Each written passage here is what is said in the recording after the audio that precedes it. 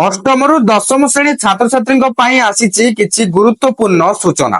ରାଜ୍ୟର ସମସ୍ତ ମାଧ୍ୟମିକ ବିଦ୍ୟାଳୟର ପ୍ରଧାନ ଶିକ୍ଷକ କିମ୍ବା ପ୍ରଧାନ ଶିକ୍ଷୟିତ୍ରୀ, ଶିକ୍ଷକ କିମ୍ବା ଶିକ୍ଷିକା, ଓଷ୍ଟାର ସମସ୍ତ ବ୍ଲକ ସମ୍ପାଦକ, ଜିଲ୍ଲା ସମ୍ପାଦକ, କାର୍ଯ୍ୟକାରୀ ସମିତି ସଭ୍ୟ କିମ୍ବା ସଭ୍ୟା, ପଦାଧିକାରୀ ବନ୍ଧୁଗଣ ଏବଂ ସମସ୍ତ ଓଷ୍ଟାର ବର୍ତ୍ତମାନ ଓ ପ୍ରାକ୍ତନ ନେତୃତ୍ୱ ବୃନ୍ଦ ମାନଙ୍କ ଅବଗତି ନିମନ୍ତେ ଜଣାଇ ଦିଆଯାଉଛି ଯେ କେତେକ ସରକାରୀ କାର୍ଯ୍ୟକ୍ରମ ଯଥା ବ୍ଲକ ସ୍ତରୀୟ ସୁରଭି, ବିଭିନ୍ନ ଜିଲ୍ଲାରେ କ୍ରୀଡ଼ା ପ୍ରତିଯୋଗିତା ଆଦି ପାଳିତ ହେଉଅଛି।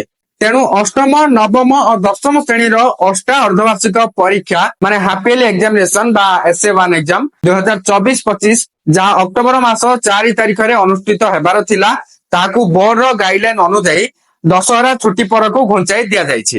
ପରୀକ୍ଷାର ତାରିଖ ପରବର୍ତ୍ତୀ ପର୍ଯ୍ୟାୟରେ ଆପଣ ମାନଙ୍କୁ ଜଣାଇ ଦିଆଯିବ।